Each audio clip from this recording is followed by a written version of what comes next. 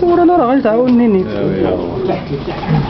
ولكن ما هو البروفيل qui vient d'arriver, j'ai parlé avec lui. Il vient d'arriver. Il joue, c'est pas lui qui joue, mais avec le tandem avec son frère. Son beau frère. Comment il s'appelle? Louis il est Jacques Papillon, mais c'est pas son nom qui joue, c'est son frère qui joue. C'est monsieur Manu. D'origine portugaise. Ah oui? Manuel? Pas Manuel? On dit monsieur Manu. Mais de quelle région il est? Il est presque au sud-est. Sud-est? Ça fait tout à fait en bas, Oui. au sud, mais je ne sais pas, ils sont vraiment... Oh, ce serait plutôt vers le sud-ouest. Oui. Plutôt le sud-ouest. Non, c'est pas le sud-ouest. Non, c'est pas du côté par exemple de... Bordeaux, non? Hein? Oui? Non. En dessous de Bordeaux. C'est tout à fait à gauche. Tout à fait à gauche. Ah oui, à 250 ou quelque chose comme ça de Bordeaux. Oh, bah, il serait de Dax à Agen, par là, Marmande. Non, parce que c'est une petite localité, c'est pas... Ah bon? Ah oui. T'es en Provence alors, peut-être Côte d'Azur ou par là? Oh non. Je sais pas. Sud-est, on n'a presque pas beaucoup. On a très peu de communautés. لا شي عام دابا اخويا حيت كان مريض Et toutes les femelles qui font ça? لا مازال مش كي الله عيط لي الصباح C'est les femelles? عاد عيط لي الصباح Non mais là, c'est ici, ça va être le là. Tu mélanges? Non, tu seras mieux de mettre mâle avec mâle et puis femelle avec femelle après. Faut sortir et puis faire quelques couples. ها الكتاب عندك Ça serait mieux. Il vaut mieux Ah bah oui, parce que non, enregistrer, non. faiblesse de temps en c'est temps. vrai. Ah ouais, même si...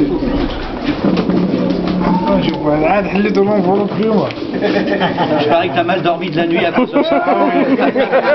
T'as raison, hein. C'est vrai, hein.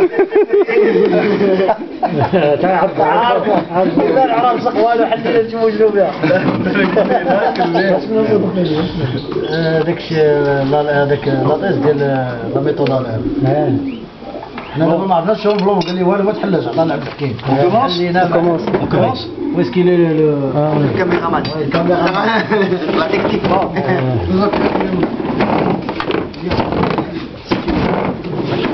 Bon alors la première des choses, le poids. Quand tu prends un pigeon dans le panier, Qu'il soit léger. toujours léger. Dans n'importe quelle circonstance. Dans les reproducteurs, t'en as, ils sont lourds. T'en as, ils mangent toujours pareil, ils sont tout le temps légers. Moi j'appelle les pigeons qui mangent, qui sont trop gras, c'est des bouffeurs de gras. Ah oui. Ce qui veut dire qu'ils vont procréer dans les enfants, des trucs comme ça, des pigeons qui vont être ce défaut-là. Il faut toujours un pigeon qui soit léger, même l'hiver, même pendant la mue. Hein? Que tu lui donnes un tout petit peu, qu'il soit légèrement gras, encore à la limite, je comprends. Hein? Alors déjà, le poids. Deuxième, après on va regarder la solidité. Les deux fourches devant, de chaque côté. Hein. C'est comme nous, l'être humain, c'est la clavicule. Hein. De chaque côté là. Vous appuyez tout doucement, et il faut que ça rebondisse.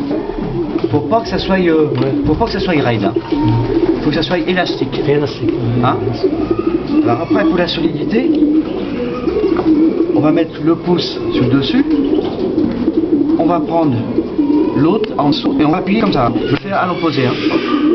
On va descendre comme ça, jusqu'au fond. On doit sentir, à partir de là, une résistance. Tu vois, les pigeons qui vont être... Tout à l'heure, je te voyais que tu faisais ça. C'est pas une piste d'atterrissage que je cherche, moi, hein, pour attirer les pigeons. Hein. Tu vois ça ici, ça c'est les reins. Mais ça n'a rien à voir. C'est pas parce que tu vas avoir des reins qui sont larges comme ça que ça va être les meilleurs pigeons. Hein. Dans les pigeons de fond, de grand fond, c'est justement l'opposé qui se passe. Ça va être un fuselage très long. qui va finir presque en pointe. En forme de poire. J'allais le dire, il me coupe sans arrêt, ce président. C'est notre conseiller. Ben, c'est justement. Alors, mais j'ai de la plaisante. Hein. Comme une poire. Alors, chez nous, on appelle ça la poire Williams. Parce qu'elle finit toujours bien comme ça, là, elle démarre comme ça, elle va jusqu'au bout. Et les grands colombophiles belges de l'époque, ils disaient aussi que c'était en forme de poire. Mais en forme de poire, tout en étant solide.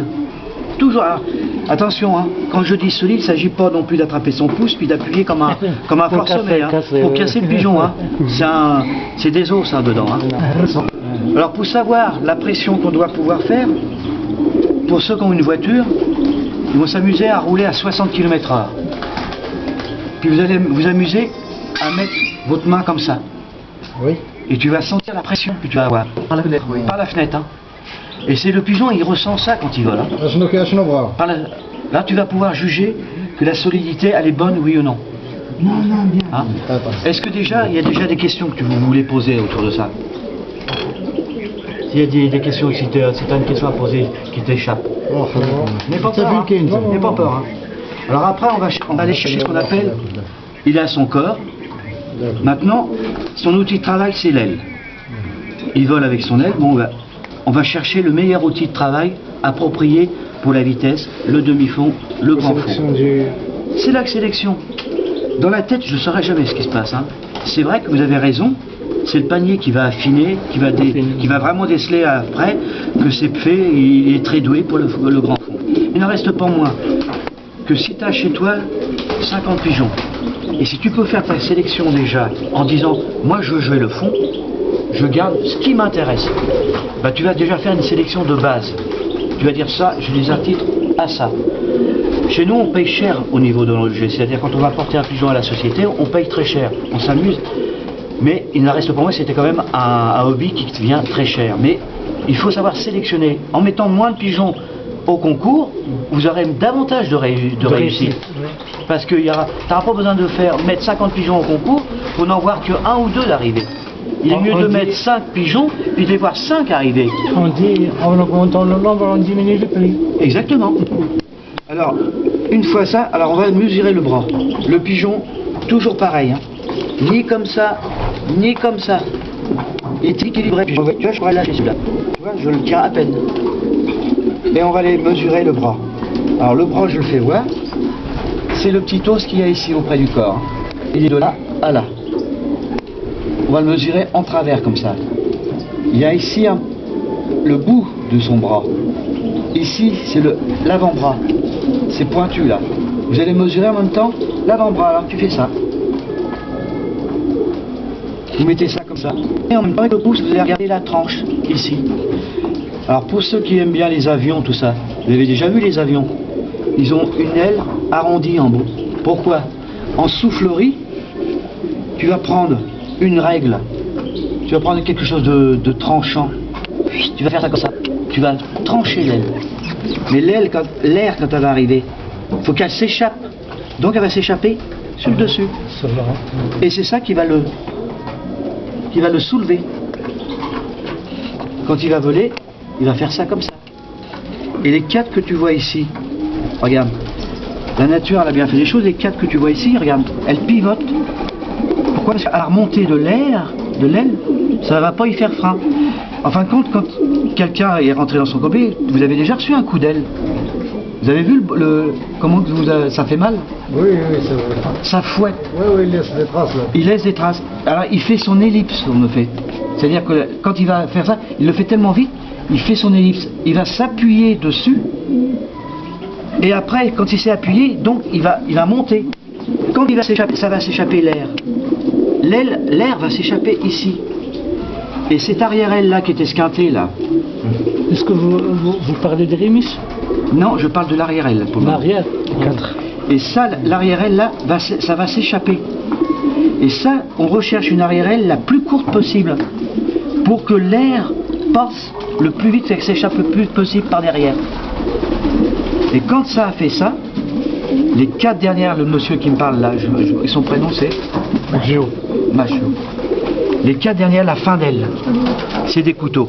Il faut que ça soit avec des couteaux. Plume très large ici, que vous voyez ici, c'est pour le demi-fond. Plus vous avez des plumes larges, c'est le demi-fond. Plus vous allez avoir une fin d'aile comme ça, c'est le grand fond. Tout à l'heure, on verra, il y a des pigeons, vous ne pouvez pas ouvrir tellement que c'est bouché, ce qu'on appelle. Ça, ces pigeons-là, c'est même pas la peine d'aller dans les grands fonds. Hein. Il n'y a pas de ventilation. Il n'a pas de ventilation, ce qui veut dire que un pigeon qui va avoir une ventilation parfaite va avancer bien plus vite et va surtout pas se fatiguer.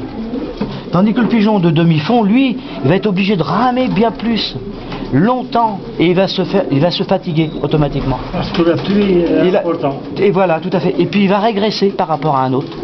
Ça paraît quelque chose de ridicule par rapport sur une distance de 1 km, mais c'est quand il y a 1000 km, tu te rends compte la fatigue qu'il va avoir gagnée par rapport à un autre. Voilà, c'est un peu les bases de ce qu'on recherche. Hein? Après, vous allez poser des questions, c'est comme ça que ça va venir. D'accord? Alors en dessous, ce que vous voyez ici, c'est le matelas. Nous, on appelle ça le matelas. Voilà. Comme je t'expliquais tout à l'heure, quand vous ouvrez l'aile, prenez l'habitude de passer vos mains en dessous pour sentir de la résistance. Si vous voyez que les mains ils passent à travers ici, là au milieu de l'arrière-aile, c'est pas bon. Surtout que c'est pas bon pour la culture, parce que c'est toujours pareil. Hein. Vos pigeons, vos meilleurs pigeons, vous les connaissez tous. Hein. Vous savez qui c'est vos meilleurs pigeons. Mais c'est pas tout d'avoir un bon pigeon. Il faut les refaire. Si vous avez des reproducteurs, c'est pour travailler dessus, pour refaire des bons pigeons. Sinon, c'est pas la peine d'avoir des reproducteurs. Hein. C'est travailler pour dire, tiens, j'ai un bon mâle, tiens, il a ce défaut-là, il faut que je le corrige. Alors je vais essayer de mettre une femelle pour corriger le défaut, pour essayer d'avoir des jeunes. Alors vous allez, dans l'année, vous allez peut-être élever 10 jeunes, mais sur 10, il faudra en garder que 1. Il ne faut pas garder les 10, hein. Parce que sous prétexte qu'il vient de Montcrac, parce qu'il vient de Pierre-Paul machin, on s'en fout. Hein, du pétigré, on s'en fout de ça. Même si ça vient de votre meilleur pigeon, il ne va pas te donner tout le temps de bons pigeons. Dans sa vie de reproducteur, à ton idée combien un bon reproducteur va donner de bons pigeons? Un seul. Voilà, un seul. Vous vous rendez compte? Alors, que vous ayez ça, 20, 30 couples de reproducteurs, ça donne rien. Gardez la qualité.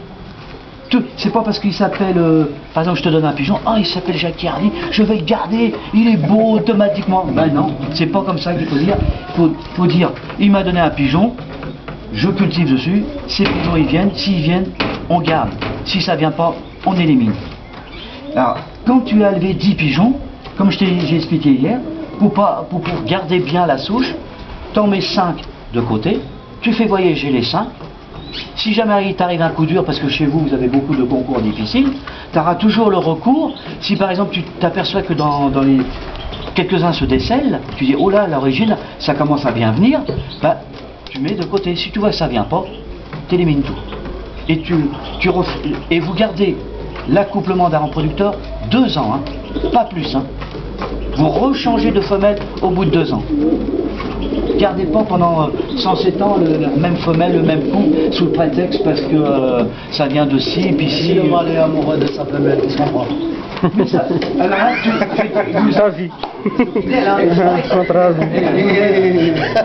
si t'arrive un truc comme ça avec ta femme, tu fais quoi? Tu vas faire quoi, hein? Tu vas te poser des questions, hein? Attention, hein? Non. C'est vrai que c'est bête, mais je vais te dire un truc. Tu as raison dans le sens voyage. Ok, tu changes pas de femelle normale. Tu gardes ta même femelle pour le jeu. Je suis d'accord. Mais pour la reproduction, il ne faut pas avoir de scrupules. Hein. Si tu veux progresser, honnêtement, tu sais, la colombophilie, elle va très vite, de plus en plus vite. Si vous ne prenez pas ce pli d'avancer, dans 10 ans, même encore, vous serez dépassé par d'autres colombophiles. Hein. Vous parlez de Casablanca, c'est bien. Il y a des très bons colombophiles, mais ils sont en avance sur vous. Pourquoi? Parce qu'ils ont davantage de contacts avec de bons colombophiles. Ils s'échangent peut-être davantage. Mais vous n'avez pas à rougir de votre qualité de pigeon que vous avez ici. Hein. Vous n'avez pas besoin de rien du tout. Après, c'est à vous de perfectionner, de ne pas être sentimental au niveau de la reproduction. Un bon pigeon, tu viens de l'acquérir, tu viens de l'acheter, d'accord. Mais dans les 2 ans, il faut qu'il donne quelque chose. Sinon, vous allez régresser vite fait. Voilà ce que je peux dire pour le moment. Ça aussi, je vais parler aussi. Les plumes de pouce. À la reproduction, c'est pareil. Tu vas voir dans tes reproducteurs, tu en auras, ils vont s'affiner, ils vont devenir tout fins, ils vont rétrécir. C'est ce qu'on appelle le vieillissement alaire. Ton pigeon, bah, c'est comme dans l'être humain, t'en as, ils ont 60 ans, mais ils en paraissent 80. Ils vieillissent, c'est le vieillissement alaire. Ils vieillissent, tu as des pigeons de 4 ans, ils sont déjà vieux. Tu t'aperçois rien que par la mue, d'une année sur une autre. Hein. La mue, elle sert à ça. Hein. Tu regardes tes pigeons qui ont fait des prix l'année dernière, tu regardes la mue, tiens, c'est resté pareil. Mais si tu t'aperçois que les plumes de pouce rétrécissent et puis tout ça, si tu crois que c'est un bon pigeon, bah, tu peux déjà dire qu'il faut penser à autre chose. Hein. Tu vas les perdre tôt ou tard. C'est le vieillissement ailleurs. Voilà. Je vous remercie. Il n'y a pas de conseil. Non. Mais il y a d'autres. Hein. Il y a d'autres. La qualité du plumage, vous le savez tous, ça, quand même. Ah. C'est soyeux, doux. Il faut que vous allez sur des pigeons, par exemple. Moi, ça me le fait toujours. Quand j'attrape un pigeon, j'ai l'impression que, tout en étant léger, il a un volume de plumes. On a l'impression qu'il est important. Par rapport à un autre, tu as l'impression, tu sais, qu'il a de l'épaisseur, qu'il a un volume bien plus important. Ça glisse tout seul. Et c'est les cracks, c'est ça. Et c'est les pigeons qui ont un plus que les autres. Et c'est pas un hasard parce que justement il y a d'autres qualités par rapport à eux. Vous avez parlé hier d'un pigeon gras. Oui. Regarde. Tu vois son bec, mais il est ouvert. Oui, il est ouvert, ouais. Regarde. Ouais. Et tu regardes bien, il bouge son bec. Regarde.